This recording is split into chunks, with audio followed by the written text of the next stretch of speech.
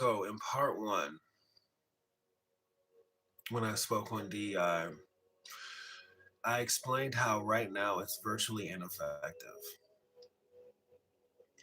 Why is it ineffective? Because they allow sexuality to be determined as some form of diversity, when in reality it's not. Just short blank period. They also attribute sexuality to civil, they also equate sexuality to civil rights. And this is a fundamental flaw because it's not equivalent. Therefore, it just totally misses its target.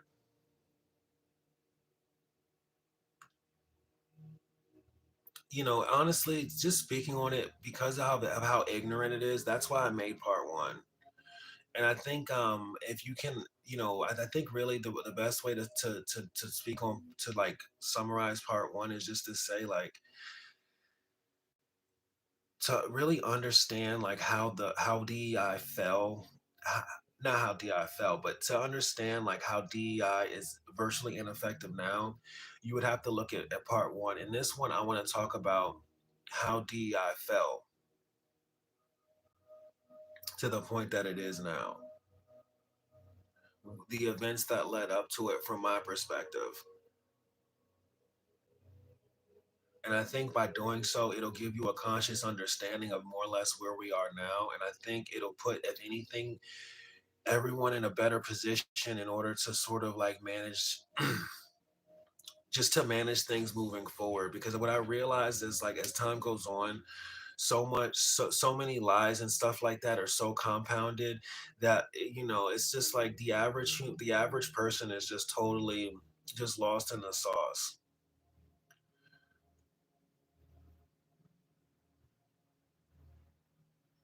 And that may be good, that is good for people when things are going well for them, but when it comes time to like navigate things, when it comes time to deal with like certain anxieties and like stresses, and when it comes time to like make decisions for yourself, being lost in the sauce stuff just doesn't help.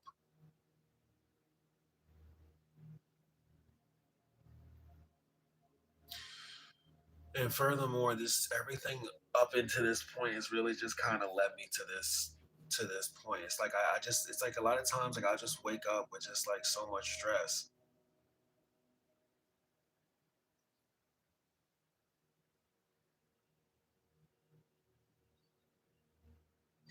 And these things will constantly be like knocking on my psyche to the point where it's just like I just gotta say something, because just sitting here just in the midst of all these lies and like all this frauding and all of this misconception and all of this misleading, I just can't take it.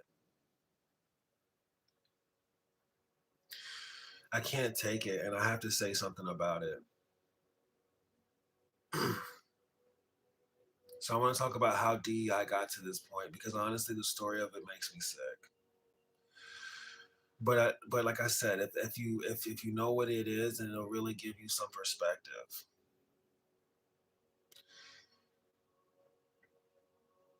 Anyways,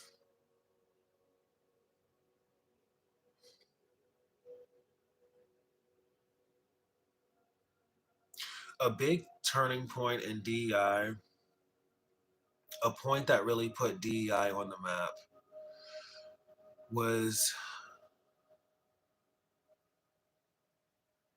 Obama's presidency.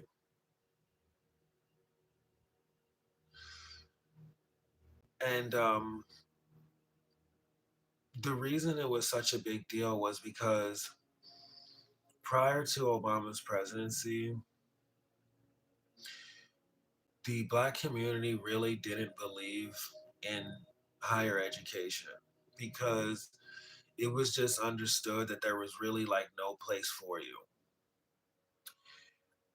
Now, that statement, people may not accept it, but that's the reality of what it was.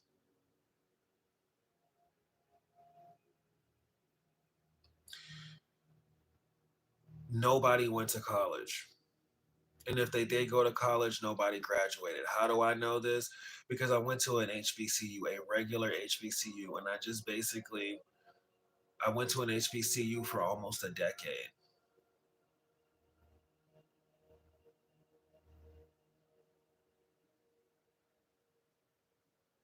But it was like after Obama, it's just because it was just it was just believed that the hurdles were too they were too unreal. It was almost like you never knew anyone that was in any position of professionalism. So there was really no example really more or less to follow. Prior to Obama's presidency, being professional as a black person, you had to have either had been very like super intelligent or like super wealthy. So it was just one of those things where it was like if you weren't like born in privilege to some extent, you just didn't really look at college as a viable option. Furthermore, um,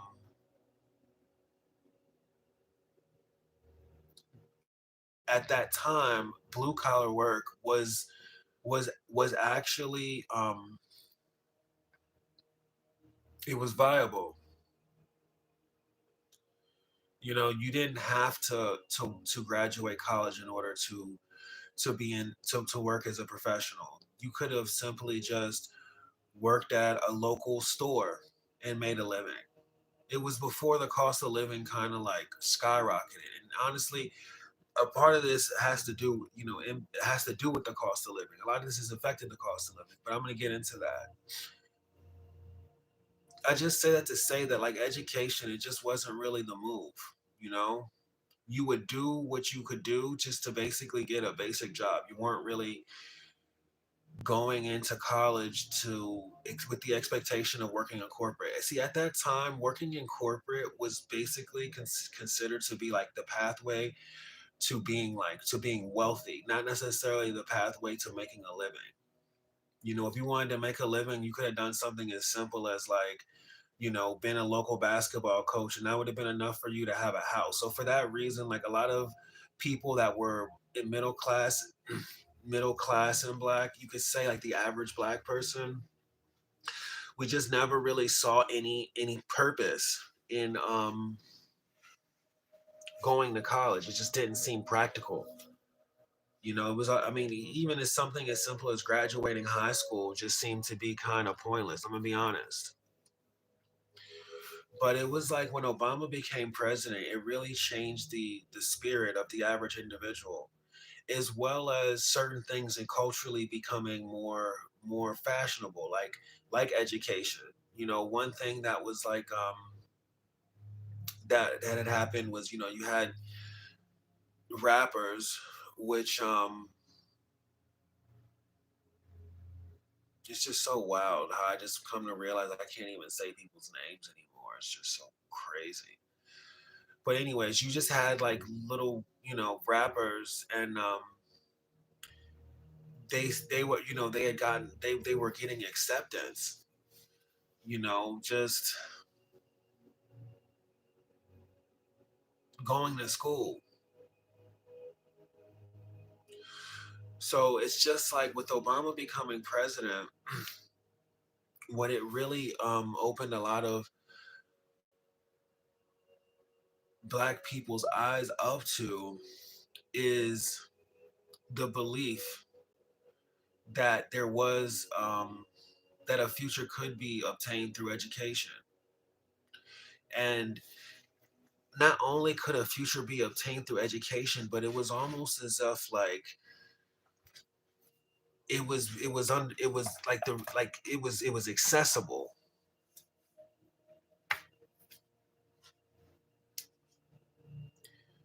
Because before Obama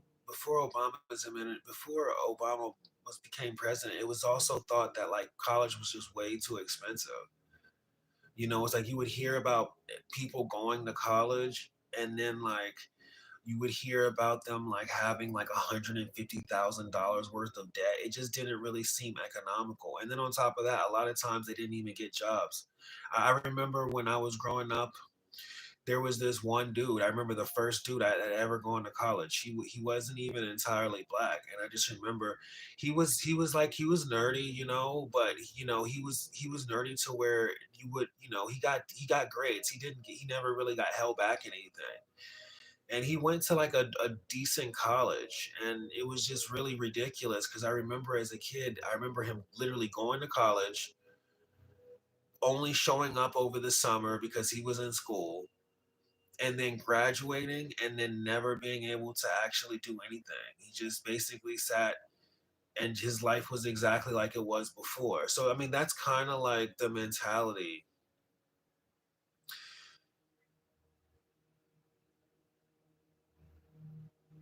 or better yet, that was kind of less like the only thing anyone expected. You know, you just didn't expect to go anywhere.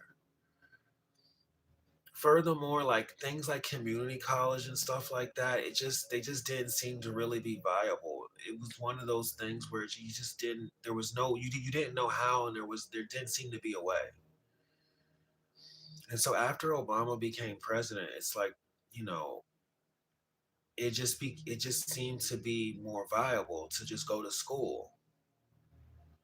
It seemed to be more possible. And all of a sudden all these different sort of like avenues opened up.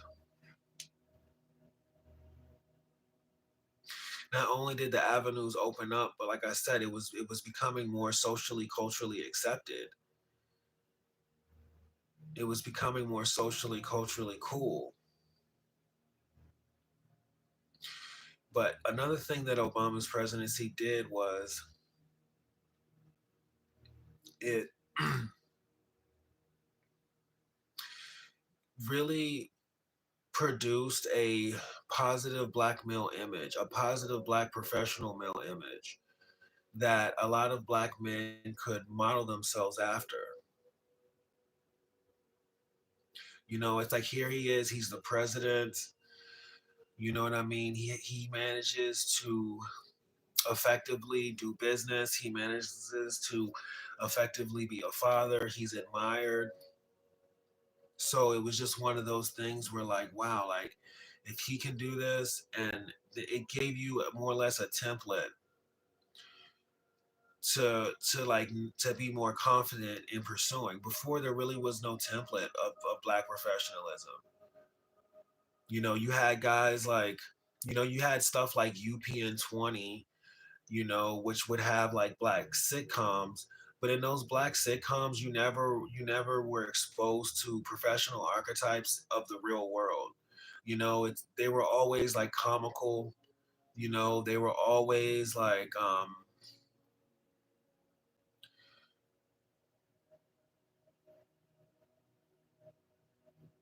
laughing. You know, they were never real. I mean, what are you gonna do? Look at what would you look at? Like, how could you find a professional archetype? You like Martin. You know, for example, and look at the '90s. You had people like Martin. No, and this isn't to discredit those TV shows, but this is just to say, like, where would you have found it?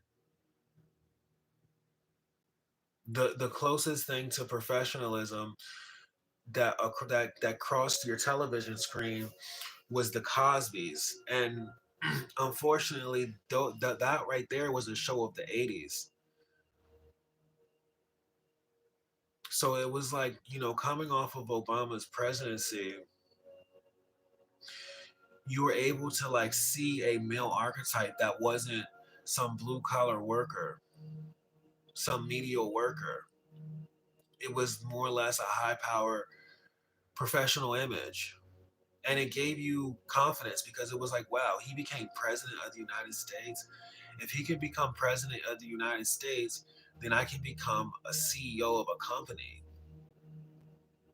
I can become a powerful business leader.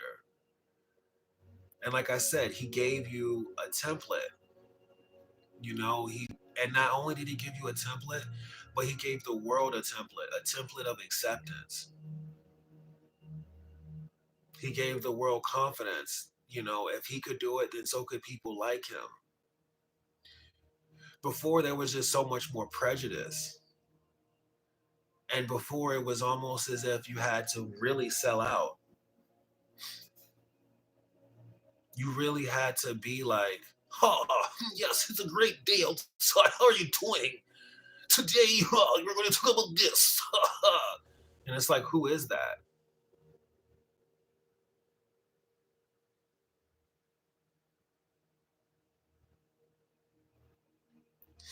So I say all that to say that it opened doors, it set positive examples, and it made it easier to walk through those doors. And see, the thing about it is, the first people to have walked through those doors were black men.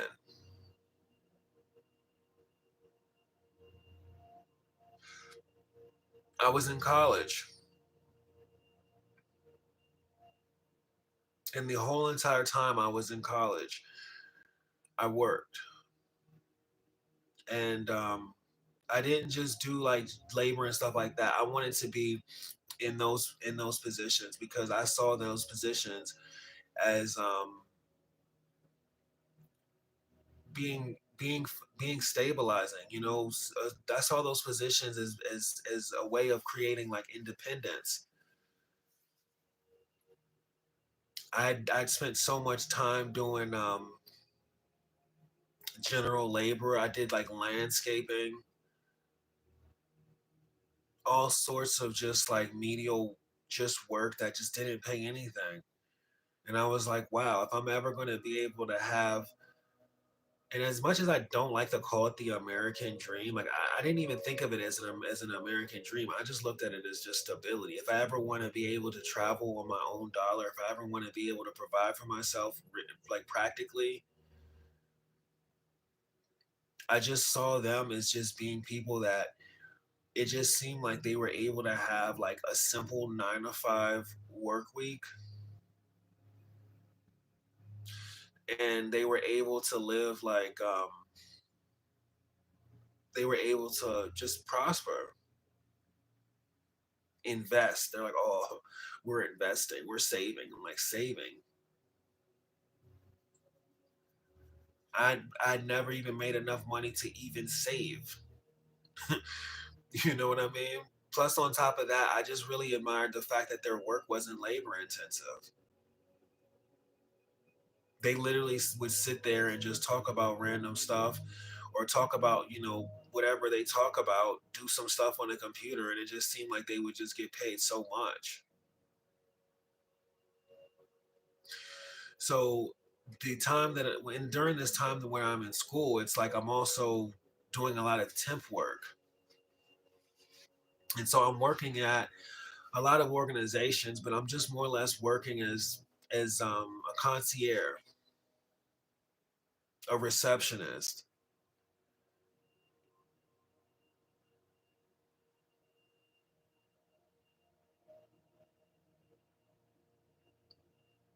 And I seen the landscape. You just only thing you saw was just black men. They just black men walk by in the buildings,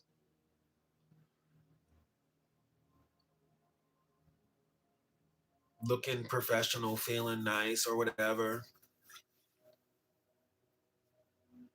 But they just go up to the little office,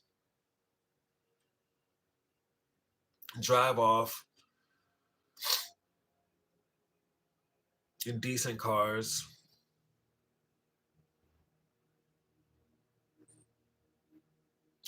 So it was just like Obama really made that possible. Or better yet, I would say conceivable. Because before then, I remember there was no the average black male had couldn't really even conceive where to start. I remember when I graduated. I remember leading up to graduation, I had so many different peers and stuff like that, and it was just I remember like they all were able to get like good grades, but they had no idea how to transition into the real world. And I just remember like doing something as simple as like putting them on to like internships. Like they had no idea how to even intern. It was almost as if similar to that person I grew up with, the first person I seen go to college, it was almost as if they just really didn't know like where to go. And so I say all that to say that like this really was like the deficit, prior to Obama. It was just it was just a whole there was like this huge gap of like access, knowledge, and understanding. And it was like when with Obama being and the gap was not just on the end of the individual, but also on the end of the organizations. Like they had no approach. So it's like with time shifting and Obama becoming president, the corporate world came closer, and young black men learned more, so they were able to kind of like you know get closer as well, and it made the gap a lot easier to cross. If anything, it made it a lot easier to see on the other side. And so what this actually ended up doing was it actually ended up creating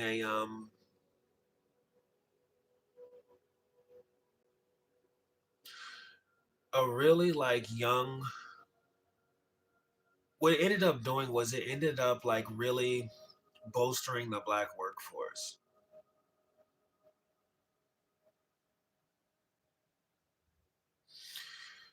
The only problem with this was with all these black men being able to all of a sudden achieve corporate success,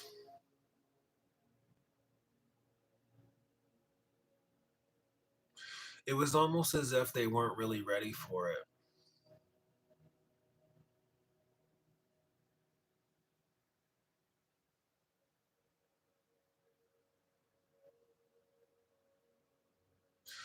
Because at this point, this is when DEI, this is when DEI was really in full effect.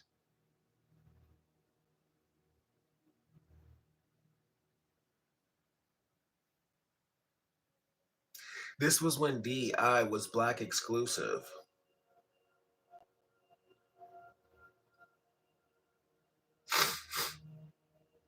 And what ended up happening was a lot of black men, they ended up in higher corporate positions, but they didn't actually extend a hand down. They didn't actually teach. They didn't actually raise the community up. They didn't take the money and put it back in their own communities. What they did was they looked at it as an escape from the communities that they came from. And so what they really did was by them achieving this sort of short-term success, they use it as ways to relocate themselves, to separate themselves from their people. But furthermore, what it did was their it opened up their dating pools. And honestly, at a rate of about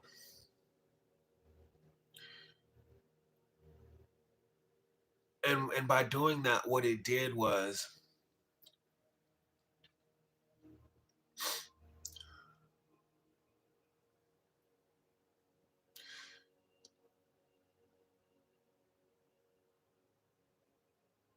it really spread black sexuality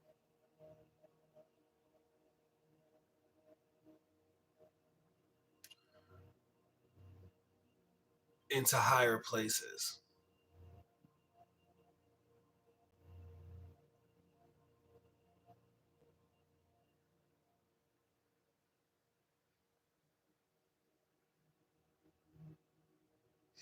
all of a sudden interracial dating, all types of forms of racial dating, they just became normal.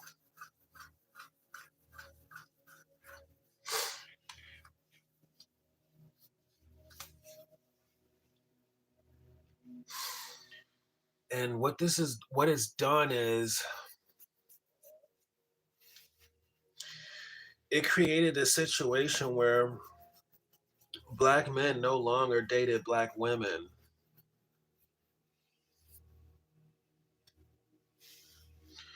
They were able to date women that came from stronger households, and they were able to be in positive, healthy relationships. And this is what further exacerbated the division, their separation. And so it's interesting because it's almost like the 90s and the fatherless era, the abandoning father, as well as like mass incarceration and the removal of men. It's like all of a sudden it happened all over again. It's just this time these people they had on like suits and ties.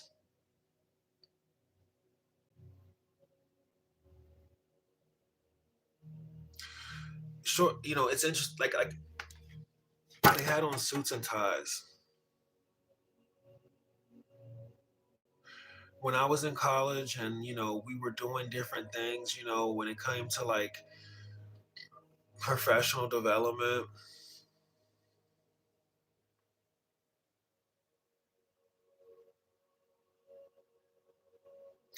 I just felt like the sexuality really just brought things down, and it was just so disgusting.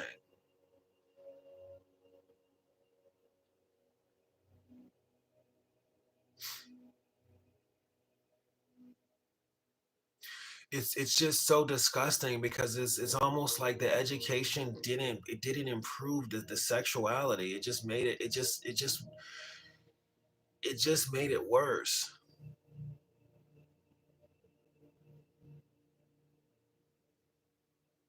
And then it's like you have this whole entire populace of women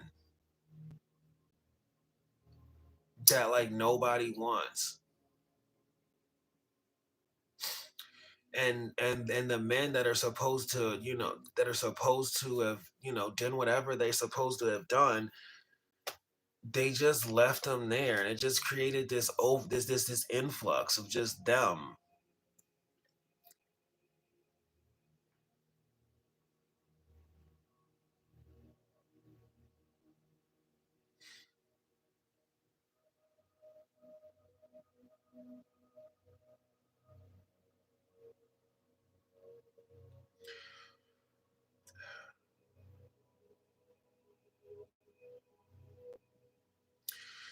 And so ultimately what ended up happening was the whole entire project, it just really more or less got scrapped. A lot of women just kind of realized the situation,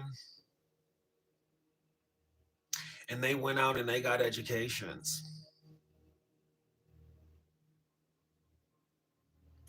And once they got educations, they also got positions. But the issue with them is the same issue it always was. They were just inhabitable.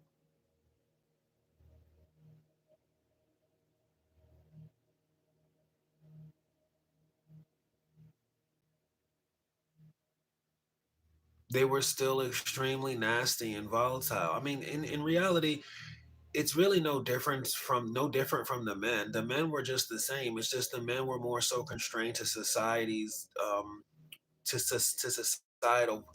societal judgment. So they weren't able to be, as loose and wild with it. But I mean, honestly speaking, these are their counterparts.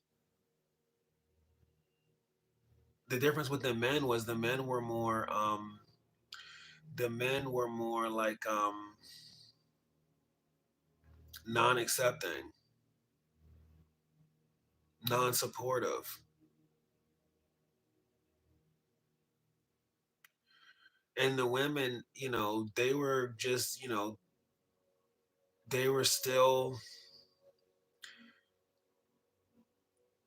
like hyper emotional, distraught, over abrasive.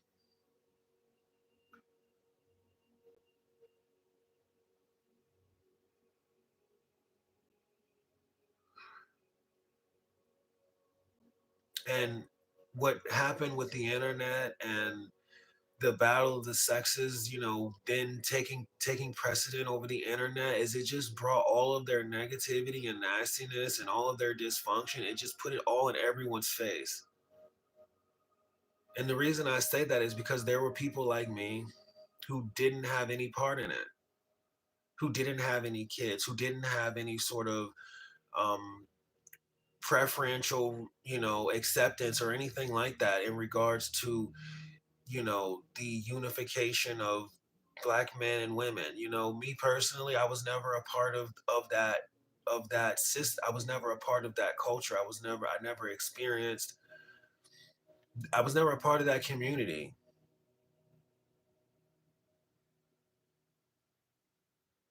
So it's just like, you know, just like, at the time that I was interning, like seeing everything for what it was, at the time when I was like more or less working without an education, kind of more or less on the outskirts of it, just like seeing it for what it was. I just had to say that it never benefited me. It wasn't like I could have, spoken to anyone, because the people, it didn't change them. They were still the same people they always were.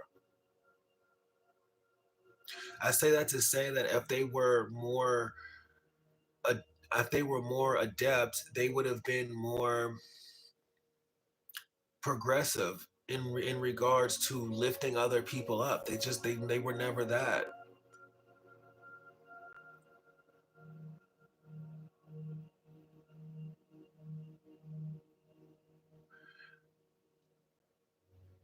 They were never that. Even down to like on like a college, on a personal college level. It's like the cultural issues were not resolved purely on due to employment. Employment, all it did was just live. All it did was just was allow the cultural issues to transcend the lowest social class and just be a part of just normal society. And that is what really caused so many problems. It was just really disgusting.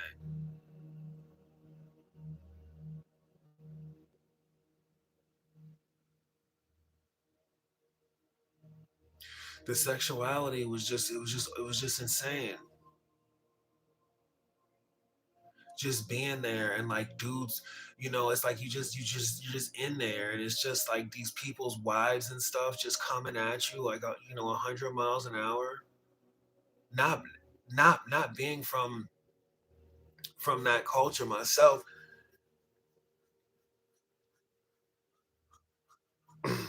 I just looked at it as being extremely I looked at it as being extremely overwhelming.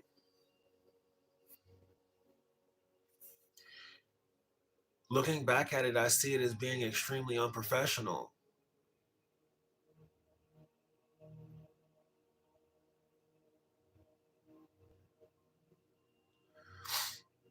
And I say that to say that it wasn't conducive to business at all. It was the opposite.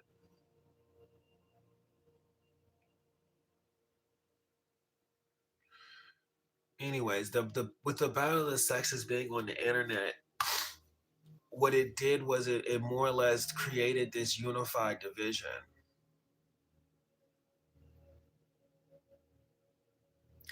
And the people that it affected the most are the dim-witted and the ones that couldn't think for themselves. It was already bad enough that, the cultural issues were not simply resolved due to professionalism. Now you have this war feuding.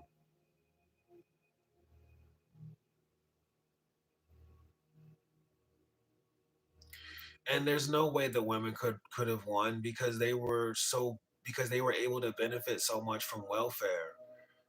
They really had a whole entire system set up, and they had that system set up as a way of survival. The system was dark, the system was nasty, it was everything that was wrong with the culture.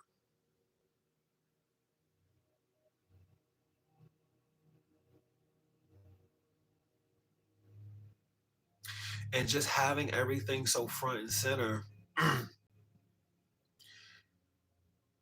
having everything so front and center, it was just one of those things where it was better off where it was. It really made DEI anti-productive.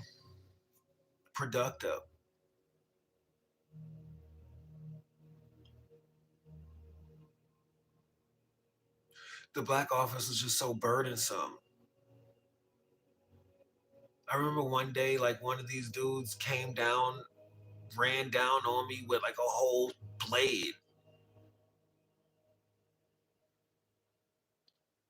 and it was just all off of like a simple joke. And I'm just sitting there, and it's just the reality of this. Like this stuff is so ghetto. Like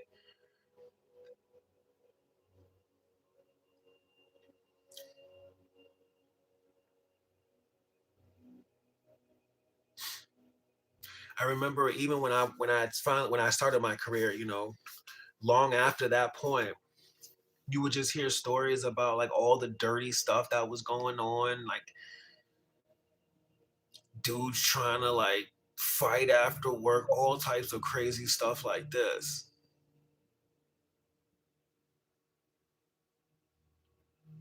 And then just the women's bitterness, it honestly just ran its course. Once they lost the battle of the sexes, especially once the term like hitting the wall really hit, that was enough to not just do more internal damage to the black community, but it really damaged all women really bad.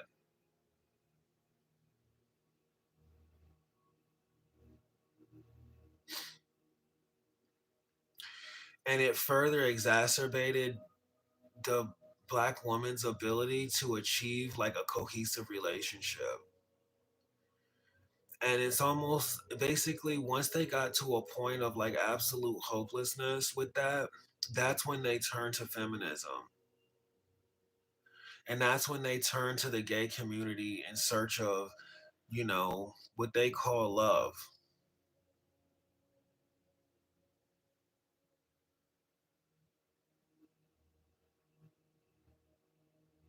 And the whole reasoning behind it was to keep black men out. This is why I said it in previous points. Professionalism cannot facilitate black prosperity.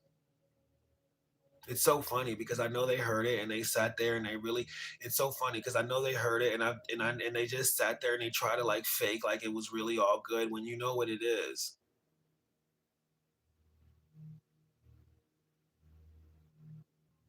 The issue is sexuality, black sexuality being totally out of control. And the reality is that no other professional group wants black people around because it's just so unstable. Sleeping with other people's wives all the time, other people's wives sleeping with everyone else. This stuff never gets put on it was just never under control. It's just too much. And that's the reason why so many different forces are against it because the community was never able to the community was never able to control itself. It was never able to I don't even know how to explain. I don't even know, I'm missing the words.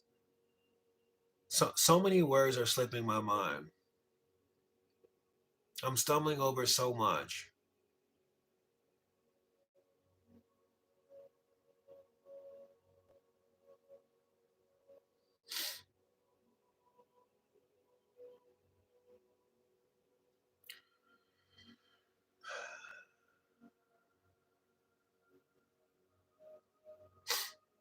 It was never able to be it was never able to achieve any form of order. It was uncontrollable. It was already hard enough just to raise, at that time that was kind of like coming off of like the baby kid era, just the bad kid, like Black families, not even, they weren't even families.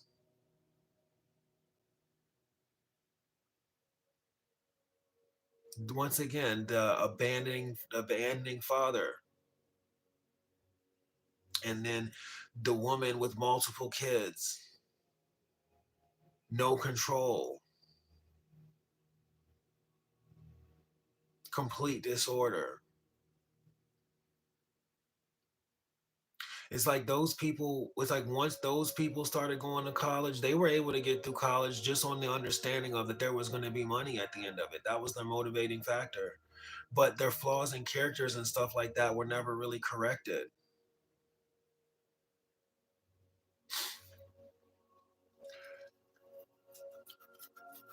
And it ultimately cost everyone.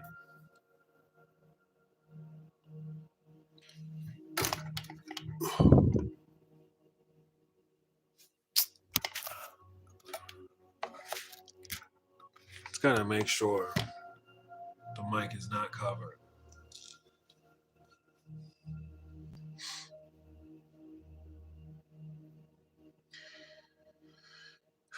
It just exacerbated the battle of the sexes.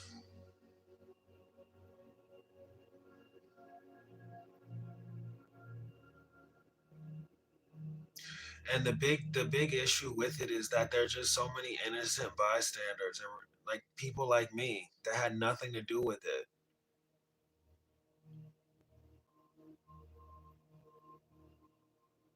I remember like there was this, like, as I was kind of like losing, as my career was like coming to an end, I just remember like trying to use so many different resources in order like to stabilize myself, and I just remember them all being just totally like dominated by like black women. I just remember the women being so bitter, so like cruel,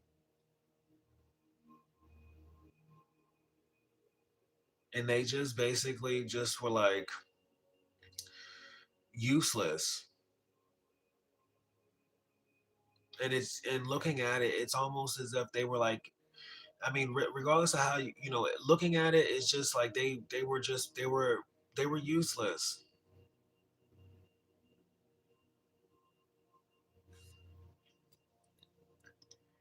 Their mentality, their simple mentality of like not they were of like not helping you because you're just on the strength of like you being a man.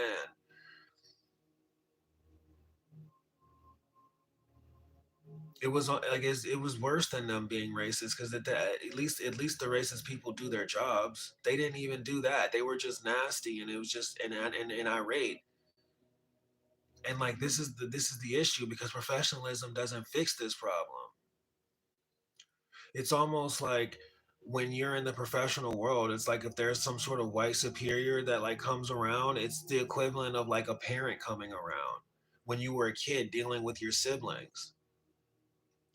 But furthermore, what it did was it just made it impossible to escape them, to escape the madness, the dysfunction of that they brought upon themselves.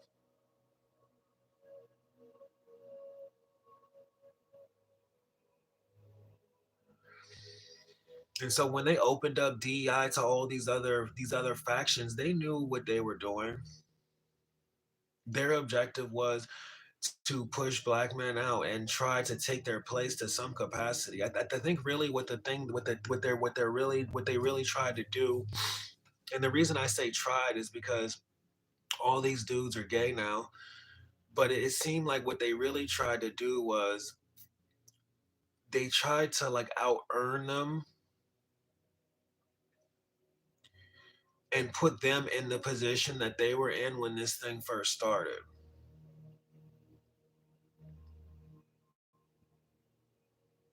Put them in the position of the one that needs financial assistance, the one that needs, you know,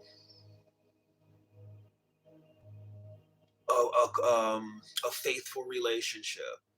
Because what they're doing right now is like they're really like engaging in these relationships, but like they're like really like flaunting them. And it's crazy because that them flaunting them is really a byproduct of their hatred of them.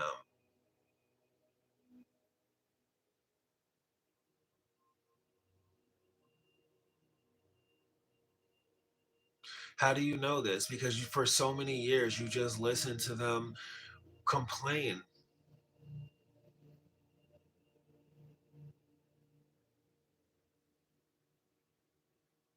If you were to interracial date, you'll just be sitting there, you know, like walking somewhere, and then all of a sudden you just see some nasty black women just like look at you like this. And it just really kind of blows your mind because it's like, I don't know, like, especially if you're like me, it's like, I just look at it like, it's not like those people were lined up to, like, you know, even be my friend, let alone have some sort of romantic relationship. So it's like, how could they muster the strength to be so mad?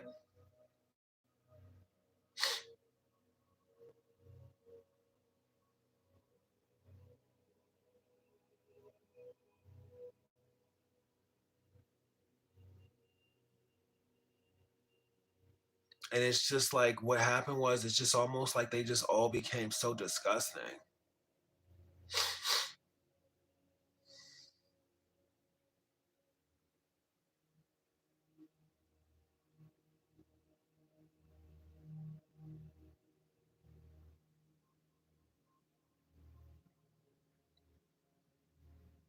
They were already nasty before.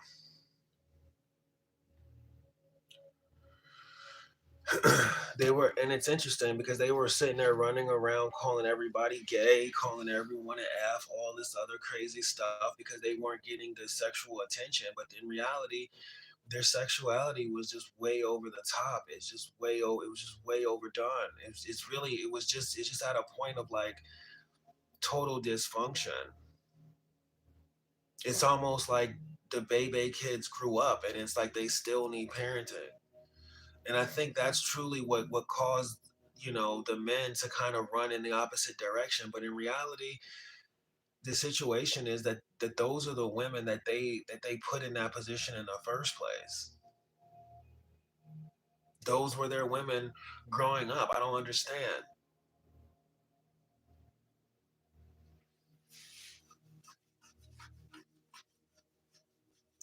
And it's like now it's like the more they're able to advance, the more they they bring with them all of their baggage, and the more they dump all of their dysfunction onto like the world. It's like almost like the farther that their span gets, the more everyone has to deal with this. And it's just wow because all the men at this point are they're just gay now.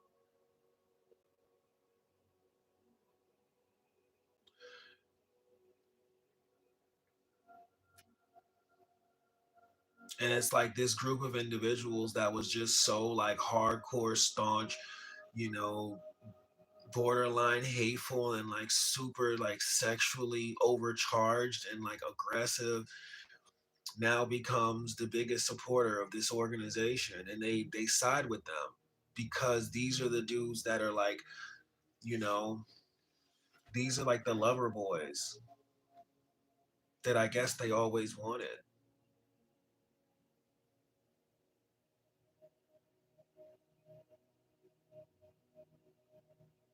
These are also the sons that they raised in their single house, their family households.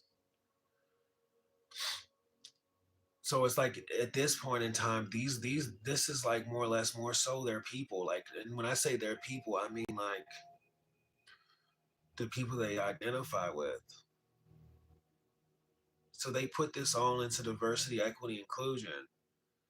And unfortunately, even though it may make sense to them, even though it may be beneficial to them in their, you know, battle of the sexes for whatever it's worth, from a professional perspective, what it is it's just higher level, more, it's just higher level compound buffoonery. And when you actually put it under when you actually put it under a magnifying glass and you actually criticize it for what it is, it's totally unproductive. So for now, at this point now, it's just it's being totally removed. It can't be justified. It fundamentally can't be justified because Sexuality is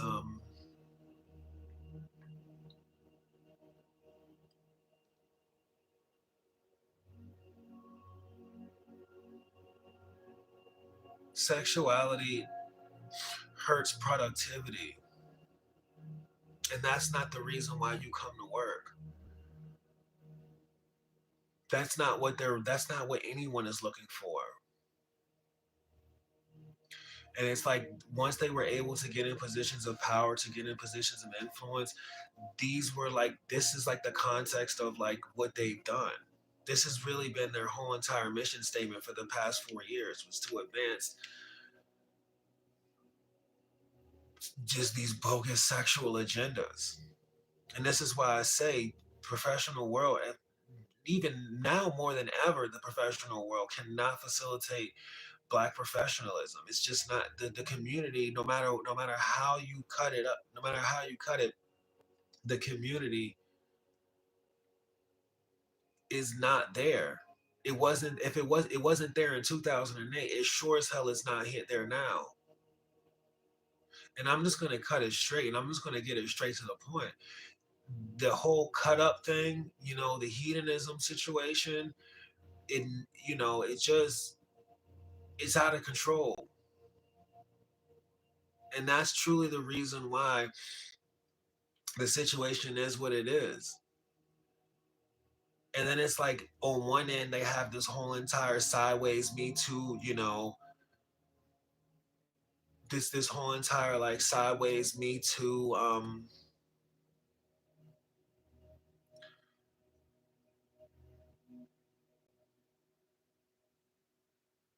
it's crazy. I'm not able to put any words together because I know for a fact that like this subject is pushing against me because it's such a compounded lie.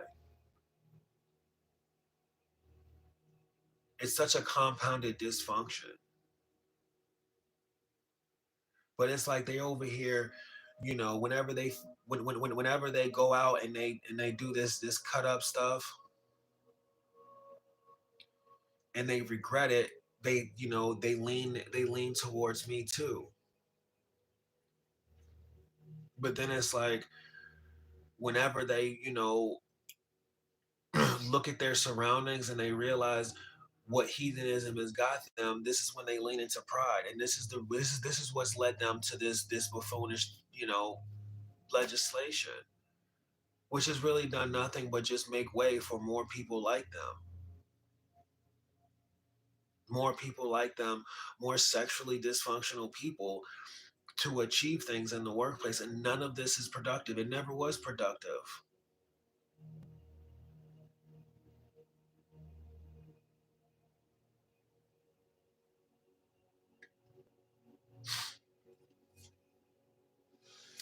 The dysfunction of the black household being elevated to every aspect of society to the point where it infiltrated the White House has really caused so much devastation across the world. It's really caused so much devastation across the country to the point where it has to be eradicated. It has to be eradicated because the household has never been put on. It's never been able to achieve any form of control. And these people have the minds of children.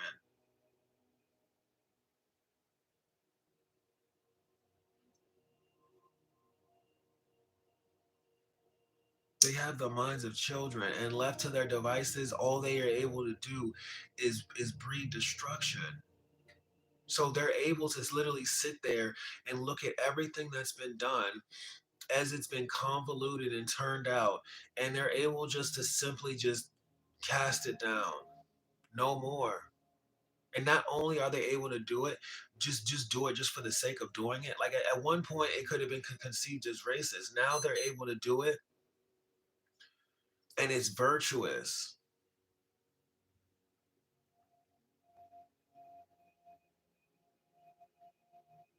And the only counter argument you could come with against what they're doing is a recompounding of all the arguments that got you to where you're at in the first place.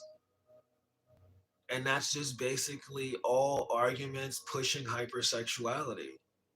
It's just so funny because when people don't understand like variables to the discussion, what people do is they try to attribute things to like aspects of spirituality. They're like, oh, this is these people are some demons. This is a contract with the devil. These are bad spirits. These are horrible, evil people. And it's just like, what you got to realize with these situations is like similar to calling someone crazy. They're more or less like overarching, like dismissive perspectives. If you really understand the minute working of these things, you can really look at them and understand them for what they are. It's the dysfunction of the household. It's the core dysfunction of the black household and the inability of that household to be put in order.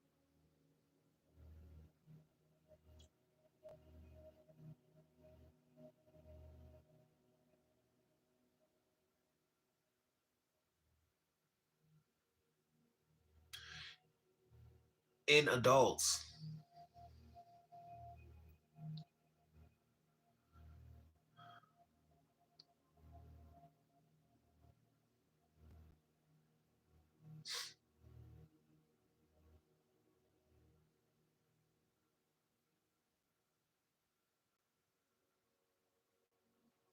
Because no matter how much they're able to achieve, it's almost one of these things where it's like the more they're able to achieve, the worse they are off, like the worse off they are.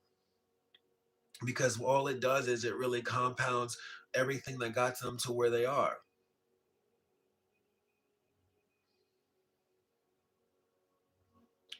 These women are really nasty.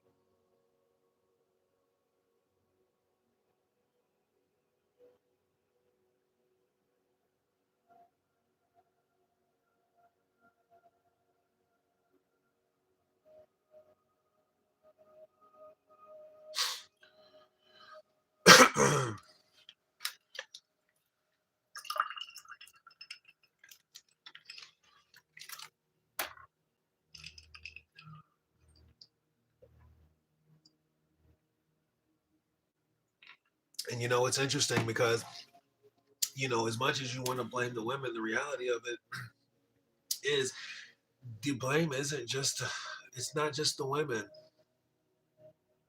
it's the men too. It's just the difference between the women and the men is the women have so much more sympathy.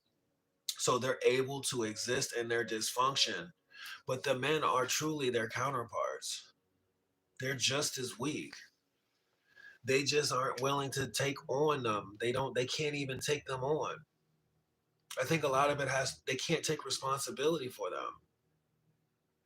They can't take them in. They can't create a positive union.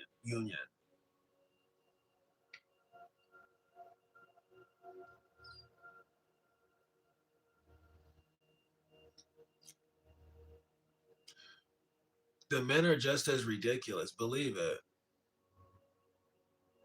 Because before, these were the same ones that weren't willing to help anyone else. These were the same ones that were playing keep out themselves. These are the same ones that were running away and doing all this wild stuff. See, me, I wasn't I was I was disconnected from the community in the 90s.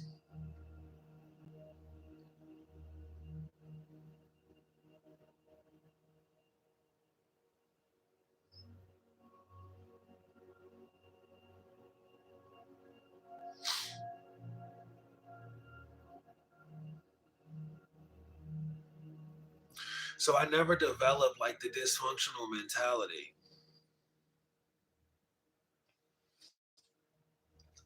And it's like me personally, if I was to have been able to take advantage of DEI, my whole entire mission statement was to help people out. I didn't I never perceived other black men as being threatening.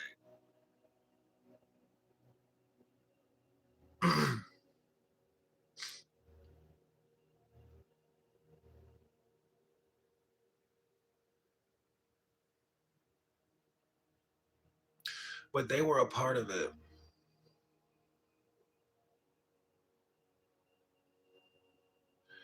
Forgive me if, like, my speech is really off. I'm not able to get ahead of these things. I'm finding myself in situations where I'm feeling stuck and I'm having to force myself to talk through them because I really feel like I'm really fighting, like, as much as I hate to give it credit, I really feel like I'm really fighting, negativity, like real, like, negative spirits in regards to this. And I think a lot of it has to do with the fact of this information is so convoluted. But the truth of the matter is, as much as I like to be like, the grand intellectual master, I'm only sitting here thinking about this on my own. There are plenty of people that are able to come together and come to a conclusive understanding of the situation from a different perspective. And these are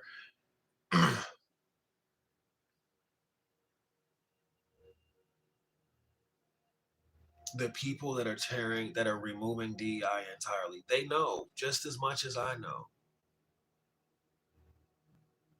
I'm I just happen to be smarter than the mainstream.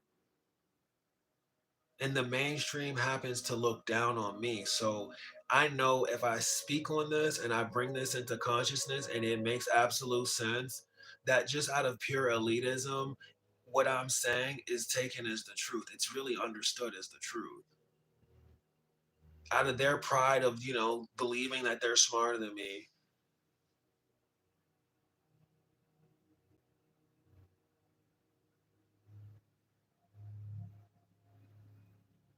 those that, their pride gets hurt the worst, those are the ones that really think they're really on it.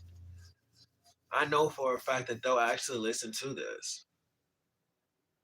They may listen to it like a weak ass bitch and just download it or some bullshit like that, not leave a like, you know what I'm saying? But I know they see it.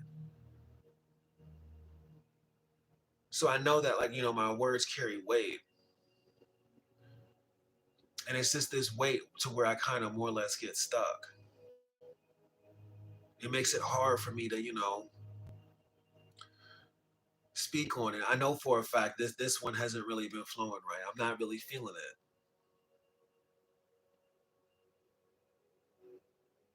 But I know for a fact I'm not feeling it because spiritually there's just a lot going on. There's a lot of lies. It's very convoluted. It's been very compounded over these years.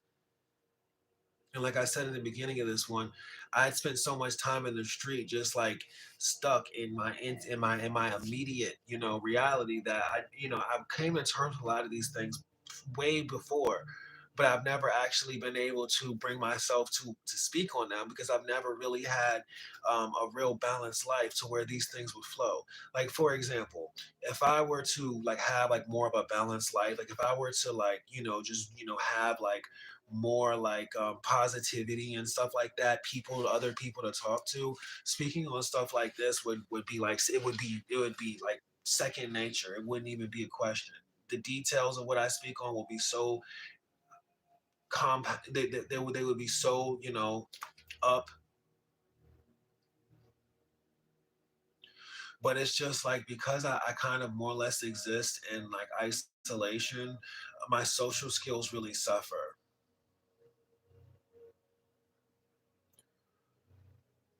And because I don't have anyone smart to really to talk to, I don't it's hard for me to um strengthen my, explanations of things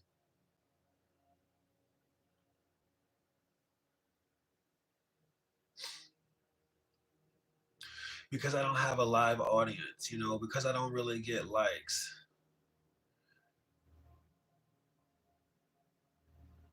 Well, doing these things is very draining, and this is the reason why I really more or less get stuck. But at the same time, this is the reason why these things don't generate any sort of momentum for me, because it's that energy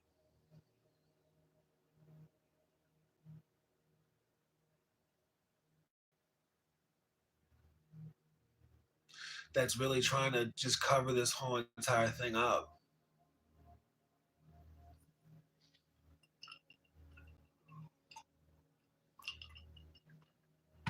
The reality is that the black relationship is too disgusting. It's too out of control. And the problem children of yesterday have grown up and they managed to figure out what it takes to make money for whatever it's worth. So they're able to put on the facade as if they're supposed to be very whatever it is they think they are. I mean, in reality, all of these things can be mimicked. All of these things can be acted out. And a lot of them are just playing a part. However, who they are inside, their core dysfunctions, their hypersexuality, that in and of that hedonism, that's what the ultimate issue is. And they're and the reality of it is there there there's just like when just like little kids, go at one point. It's so wild, when I was a kid, we used to have to go into your parents' room and look under the bed to find their stash of pornography, right? Just like that childhood ambition of seeking out carnal desires exist. This same motivating fact, the same motivating spirit, the same motivating factors in their hedonism is what leads them to try to rationalize their reality. And this is the reason why they push their ideology and try to normalize it. They try to normalize their sexuality. But unfortunately, it's not rocket science. If it didn't work back then, it's not gonna work now.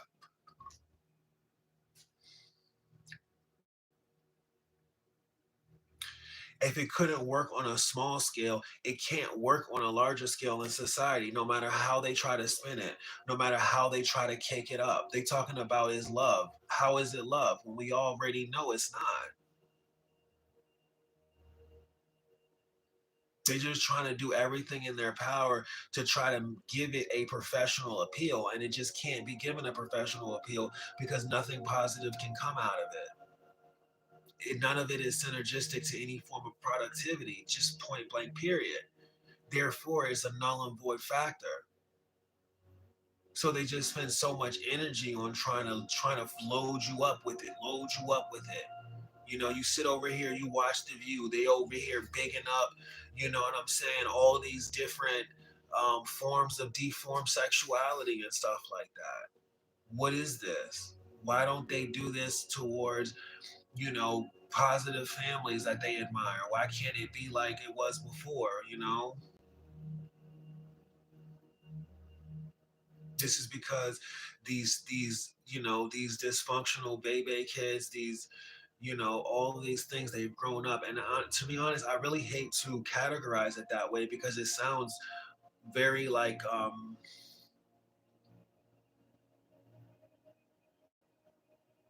it can almost sound somewhat prejudiced. It can almost sound somewhat bigoted. But here's the facts. At this day and age, we those things are things of the past. Like so many of us don't even grow in those circumstances. So it's not even really one of those things where you can say it's like an entirely cultural criticism. This is the reality of the situation.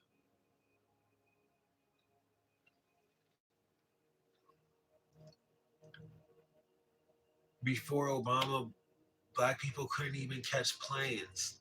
Really, I'm just gonna be honest. I mean, that's the truth. Catching a plane as a black person before Obama, it was like what?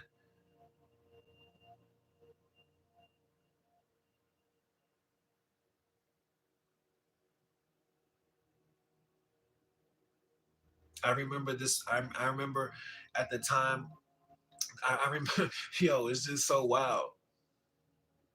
I remember like when I was at the time, I think I was 27.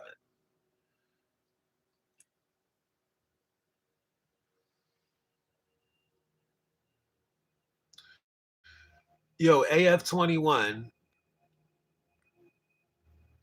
Black people were on planes before Obama. They were not.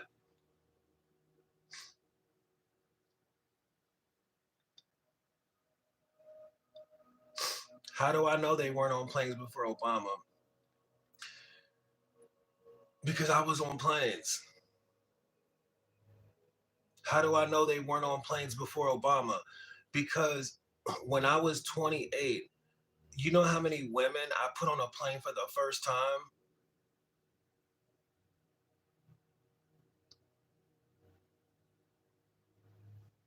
The first time in their life I put them on a plane.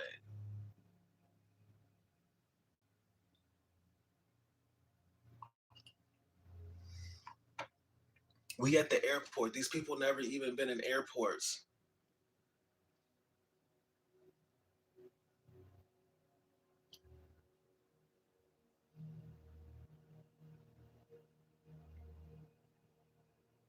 These people were never in airports because they never had access to higher professionalism. When you watch Sanford and Son, that's real.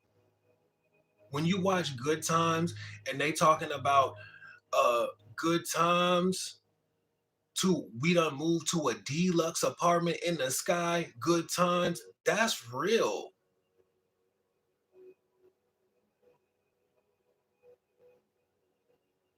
That is real. Black people did not come into modern access of every aspect of society before Obama. Yeah, some black people might have been on planes, but as far as like traveling for leisure and stuff like that, that wasn't the move. As a matter of fact, when you got on a plane, a plane was a point of high class culture. People put on suit and ties when they got on planes.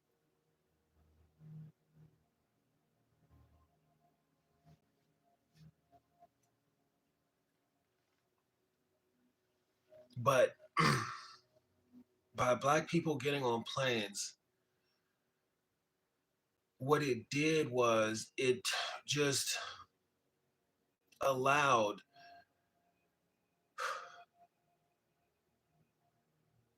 it started things like girls trips.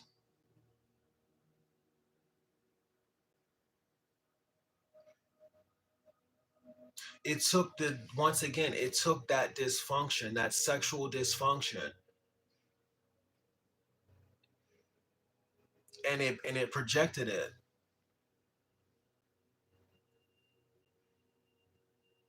And once again, I'm saying all the wrong words. Oh, it projected it. Like, you know what I mean? Now you got these girls on planes. They go into these countries. What they doing when they get to them countries? They just getting their freak on. When you get a whole bunch of dudes, they flying around the world. What they doing with them passports? They getting their freak on. It's certain countries in the world, when you get a passport to try to go to those countries, you need to tell them exactly what it is you plan to do when you get in those countries. This is what people who were who norm. This is what everyone else who flew planes did. They weren't going state to state to get it on. They weren't going state to state to do freaky things. They was going state to state to do business,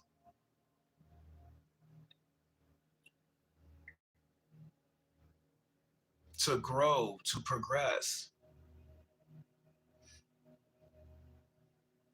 We going state to state to get it on.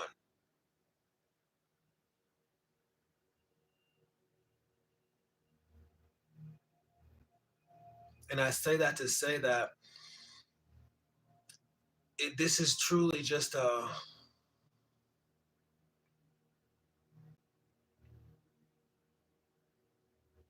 it's a consequence of the sexuality, the black sexuality never being corrected. The reality that we really live in at this very moment.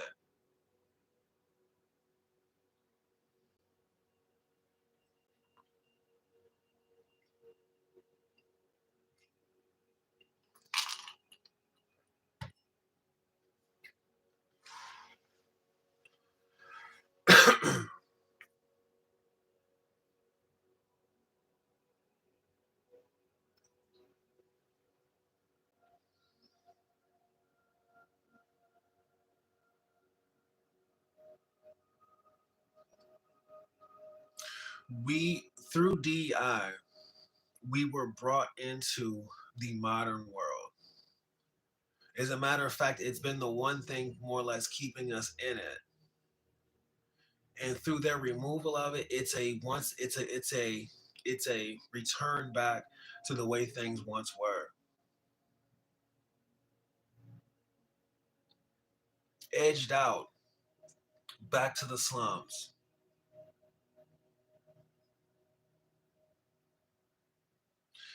And I believe their overarching mentality in it is the belief that if we can push black men back to the slums, then they have no choice but to stay over there with their women, and their women have no choice but to stay over there with them, and it's going to be what it is.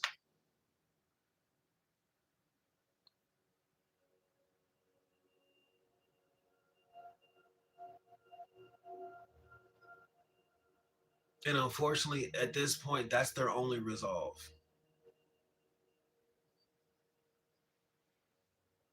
Because as a culture and as a people,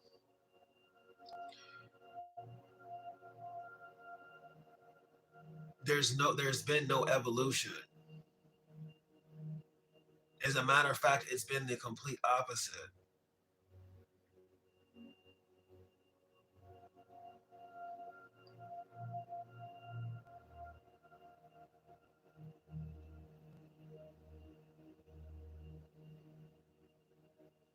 And at the root of the problem, it's hypersexuality.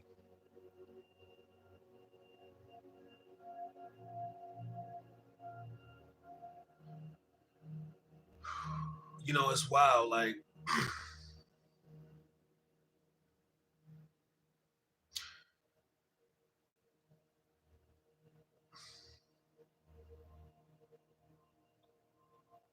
at the root of the problem is hypersexuality.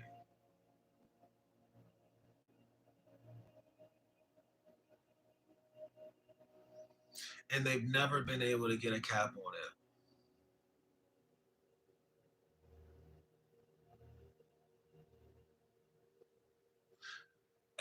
I want to tell this story, but I don't want the people in this story to be affected.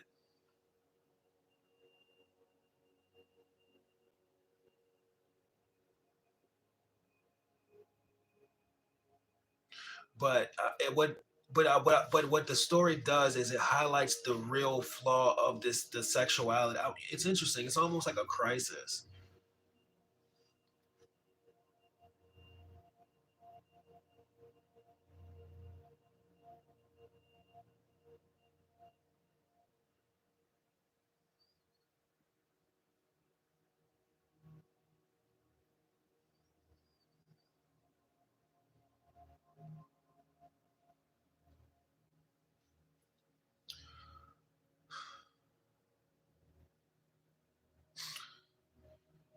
It's almost a crisis.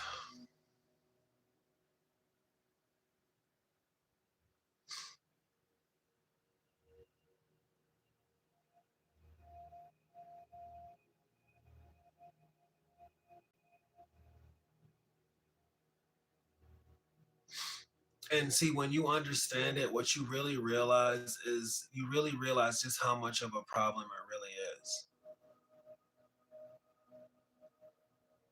When you just look at it like, what's wrong with just not having, what's wrong with just being, when you realize like, why is this always a problem? When you really look at it like, why, when you really look at it, when you really take it as what it is, when you see sex as being the problem, when you see when you start to know, then at that point you start to notice the lack of control. And when you really notice the lack of control, that's when you're really able to see the dysfunction. And that's also when you're able to reverse engineer all of the negative symptoms.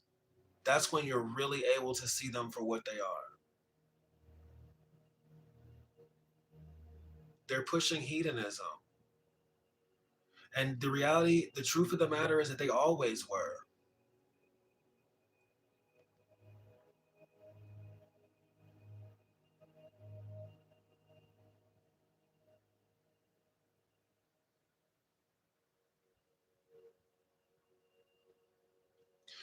It's just truly unsustainable. It's unsustainable, and it's unsustainable, and it's totally dysfunctional, and they can't control it, and it's very destructive. And because it's so unsustainable and destructive, you can't actually have peace. It really compromises peace because everyone can't achieve it. You can't achieve it when you have this monkey on your back. You always gotta get your next fix. It's almost, it's just another drug. And it's especially another drug when you're born in poverty. It's just another escape. When you're born in nothing, and you can sit here and talk about, oh, what came first, the chicken or the egg. That's not, that's beside the point. The point is that these people in their even they get to the point of their twilight years, and they never are able to address the problem. Just like they're never able to fix the issue, they're never able to raise the kids. They're never able to bring order to the family. They're never able to establish self-control.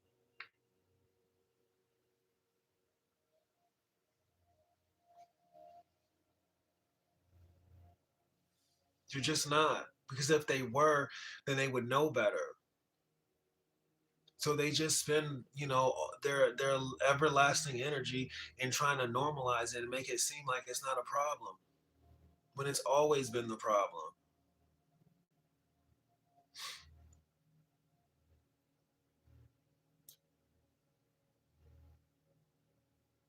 You can't have peace when you're constantly being nagged for sex all the time. When sex is such a such a central point of your such a central point of who you are and what you're about.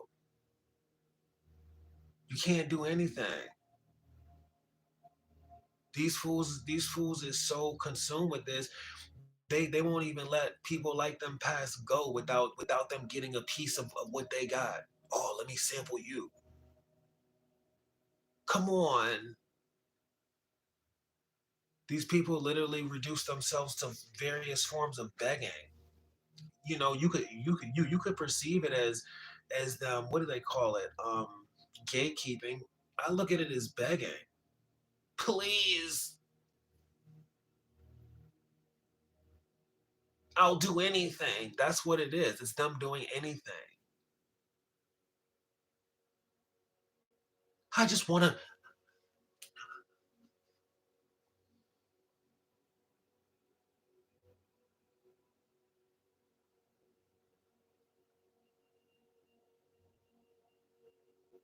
That's truly what it is, and that's the reason why that shit has to go.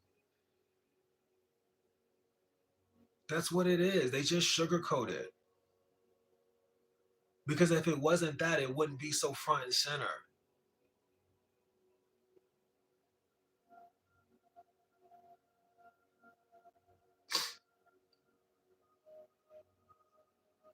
I remember when I was like really young, I remember like going to work, and I just remember like being like so happy that I had, what I perceived to be something, which had like a future, a job where I didn't see the end is just from the moment I started, a job where it seemed like the sky was the limit. Oh man, maybe one day I can become a CEO. Maybe one day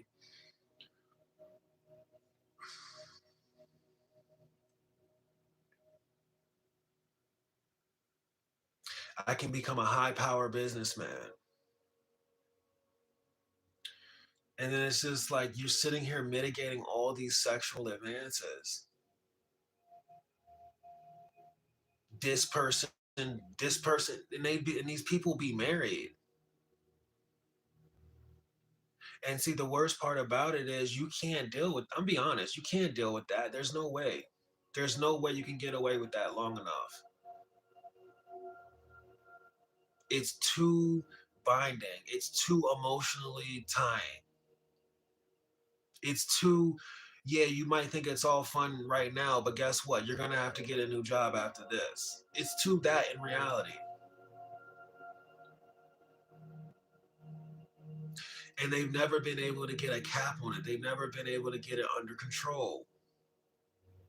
And the worst part about it is they out of their just pure buffoonery, they cannot accept the fact of damned if you do, damned if you don't. They just got it as a crazy trip double bind.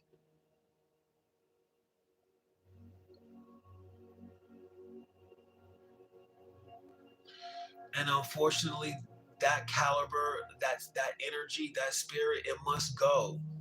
It must go.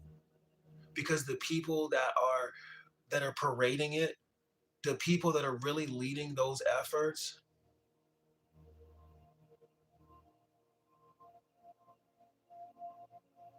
I'm not like I say, I'm not a battle of the sexes.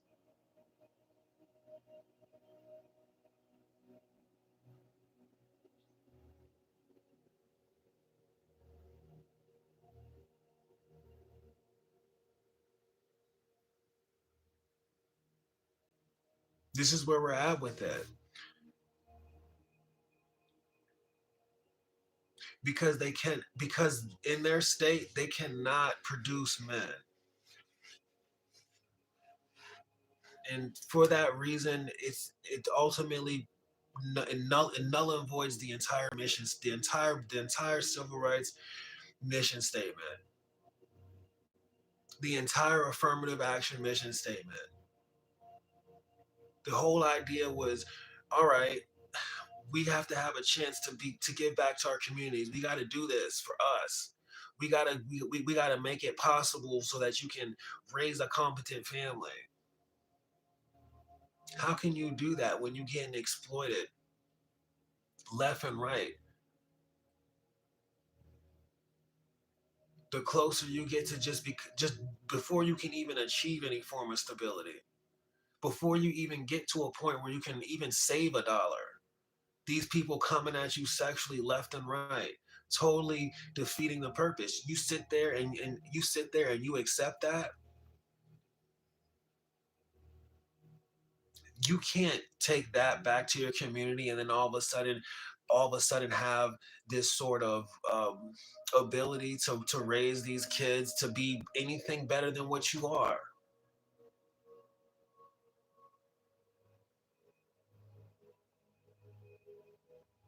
You work all the way up in society just to do the same stuff that you're doing at the bottom. Never actually able to improve anything. No positive efforts, no positive initiatives, no net progress. And all you want to do is just keep keep covering up the community, keep covering up the dysfunction. Let's act like it doesn't exist because we can't even acknowledge it now because this makes us look bad. Why does it make you look bad? Because of what it is you're promoting. You can't even promote a healthy man. You can't promote a healthy man because you can't control yourself. And I don't even want to say you, they can't promote a healthy man. Because the second a healthy man crosses their table, these people will become hawks and stalks, all because of what their sexuality has reduced them to, all because of that cutting up.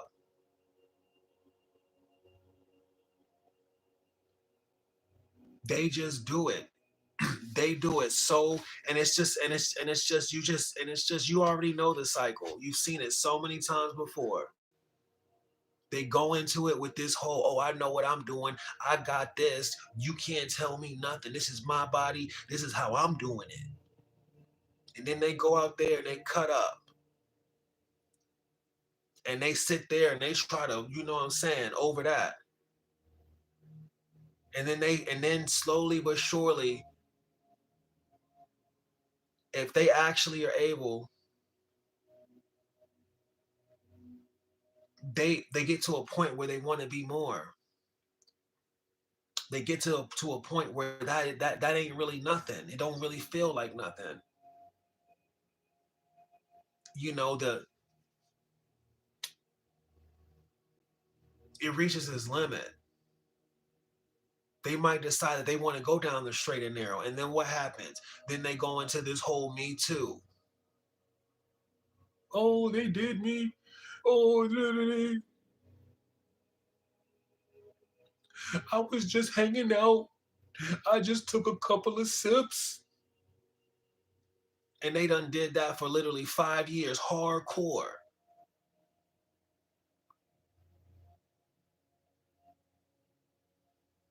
And then once they go through that whole entire, Me Too situation, and don't nobody got no love for them, but the sweetest guys in the world, that's when they go off onto that whole feminist thing. F those men. They ain't nothing.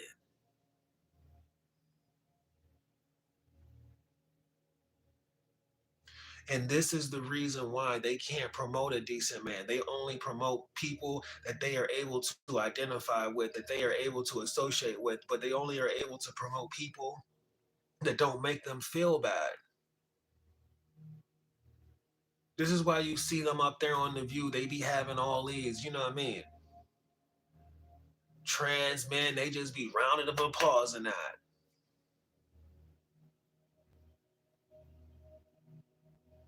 When in reality, that's not going to help their community for anything. That's not going to improve their situation for nothing. That's just some situation that normalizes who they are and what they are.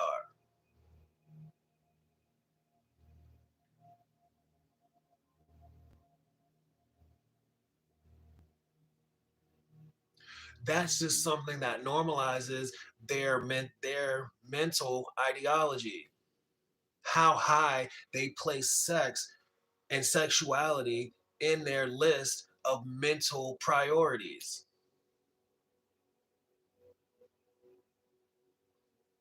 And how can I say that? Well, because if they cared about progress more than anything, then they would care about things that were able to lead them to that progress, not things that lead to their destruction. They would value progressive things. What is the most progressive thing they could possibly value? A family, a functional household. How is it that you can have those things? You need to have a man. There needs to be a man. And they oppose this. They oppose this because they know that they cannot live up to it. They resent it.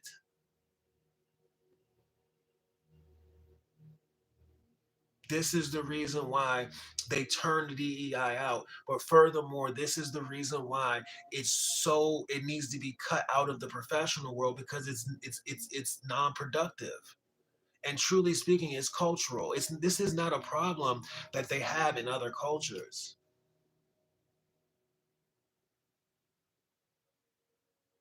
It's not rampantly dysfunctional in other cultures. How can I say this? Because when I go out in the street, I'm not when I was homeless in the street, I wasn't harassed by trans men and gay white men.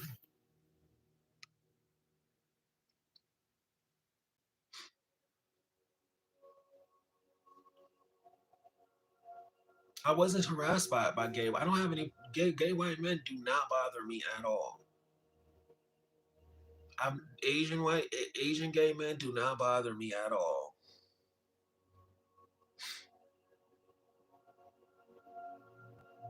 Spanish gay men do not bother me at all.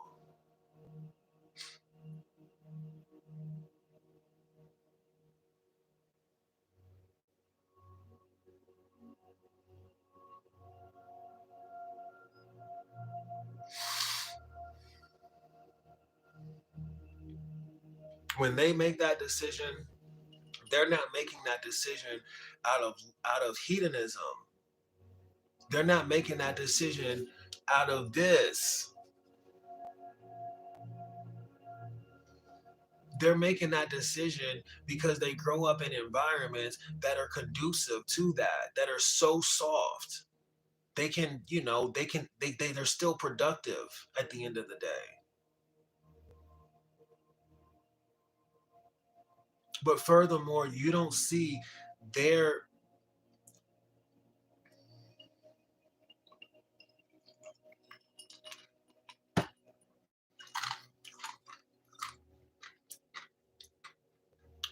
leaders pushing this.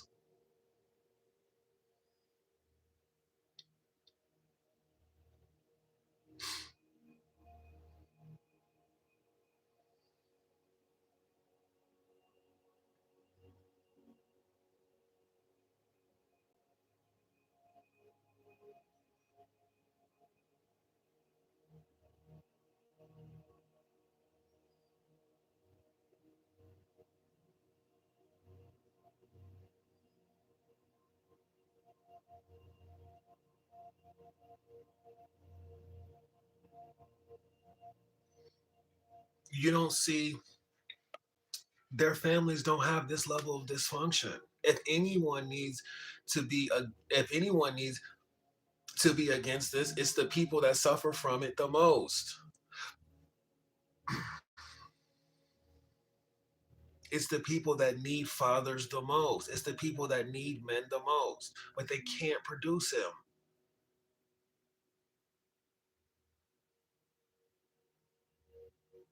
They can't produce them because people can't handle being around them. Just the whole entire the sexual frustration that is derived. The sexual frustration that is derived for feeling unworthy.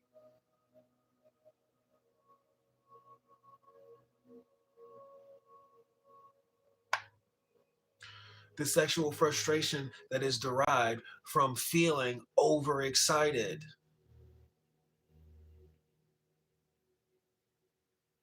For feeling like you have no bodily control. Why is this? Because you subjected yourself to such low levels of hedonism that the idea of pure engagement is just so startling. It's just so overwhelming.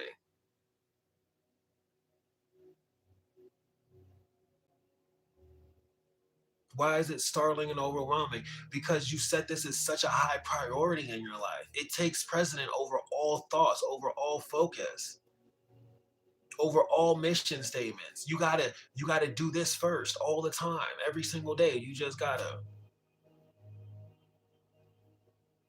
get your next fix. And honestly, truly speaking, it's just turned to a drug.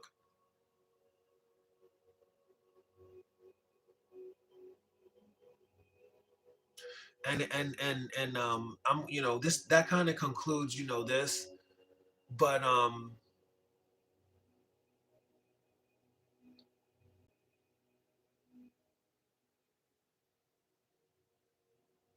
there's aspects of it being a drug that breed further dysfunction in that this sight of other people being able to successfully coexist. Now this breeds true resentment. Just knowing that someone has potential, sexual potential in their life, further leads these people to oppressing them, further leads these people to, I gotta get, what I'm saying, a piece, or better yet, these people they can't be better than me because they know they're wrong.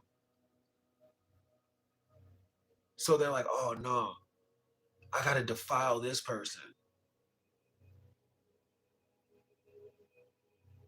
This is the reason why they can't leave you alone.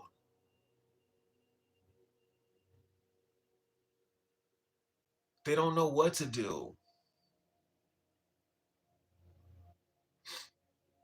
They've taken on such a minimal, insignificant, ignorant stance that anything of righteousness, anything of order, it dwarfs them so much to the point where they resent it. And this is a problem having these people in high places.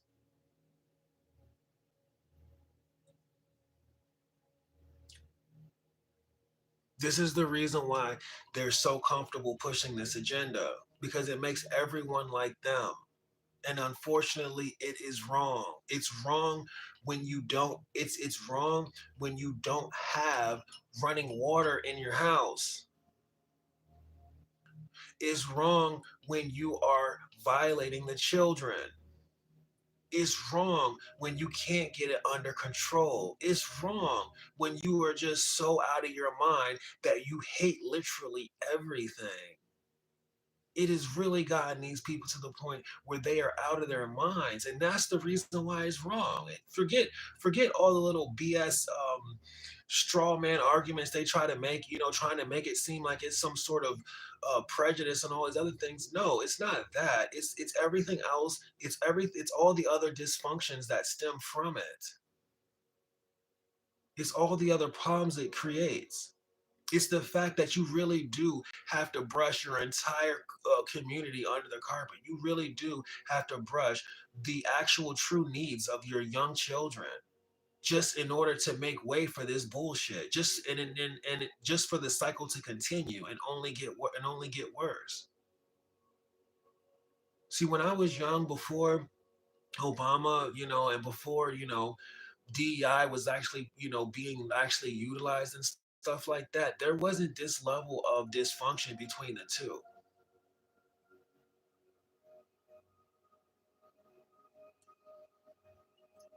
It was bad enough then. It's only worse now.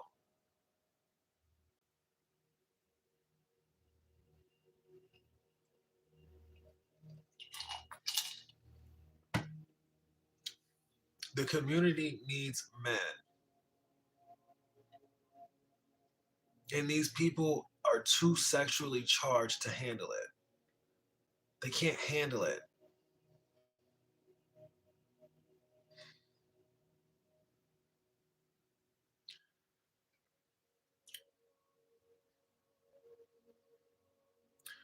And not being able to work across the table is totally unproductive.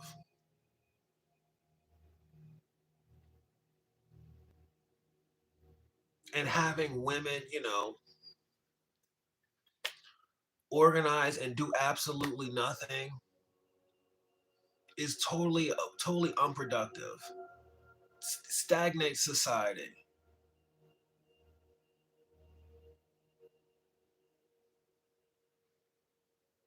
And this is the reason why organizations understand if they're going to survive, they have to get rid of the DEI because honestly, it's caused such a crazy imbalance. It just doesn't make sense. It's unproductive to the 19th power.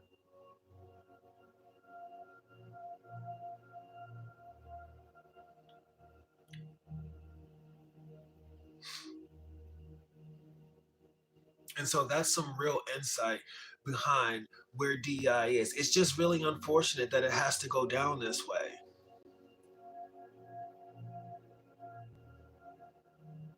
And really truly speaking, it's really sad that's such a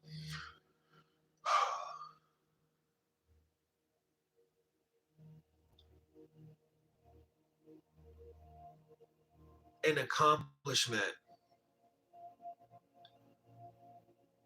must be removed. It's like such a resource, such a ladder.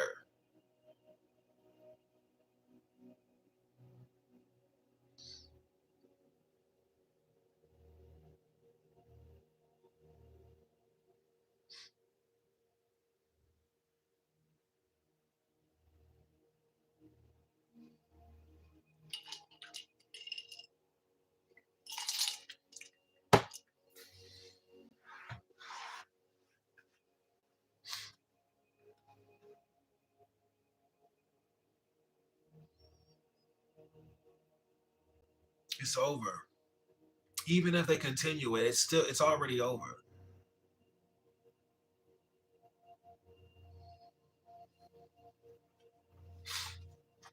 And see the making of Obama's, that's done.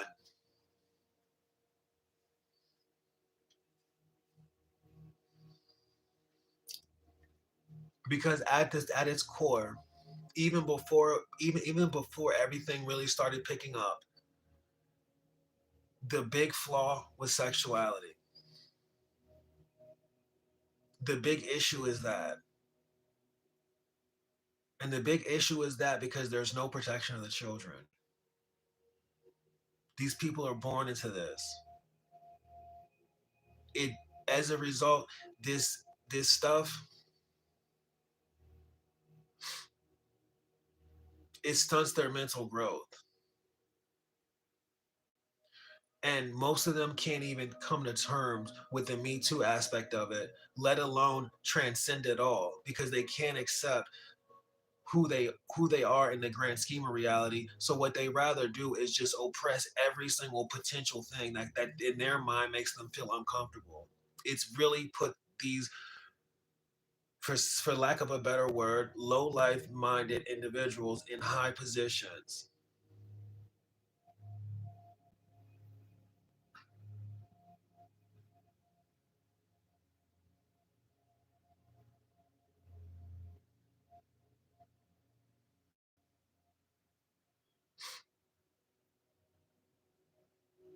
And just through corporate fundamentals, it cannot exist.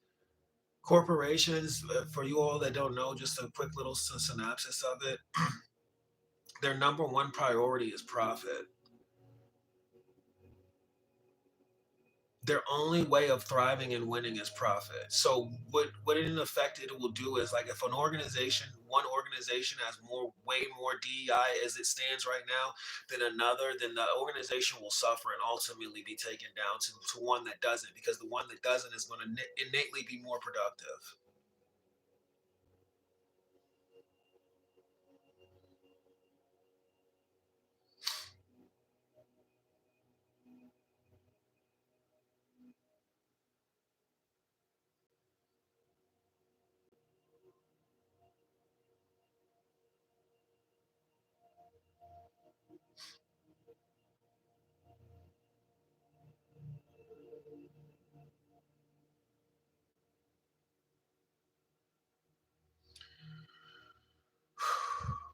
Anyways, you all,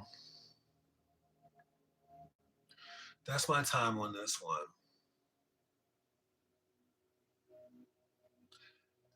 I'm gonna look back at my other pieces, regards to this, and maybe consider, making a professional piece on it. A more concise, not live, with examples and stuff like that. But honestly, I think I got my point across with this.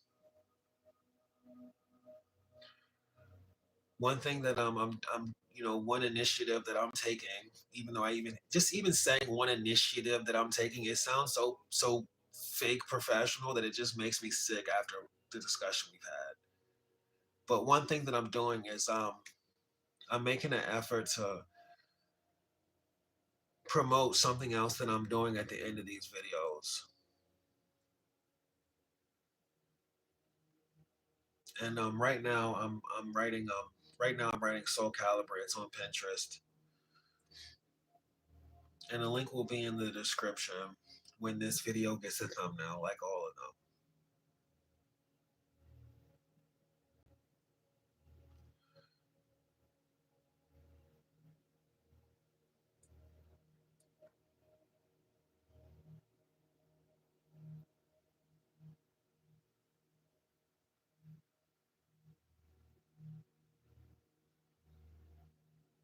But yeah, that's my time on this one. I'll catch you on the next one.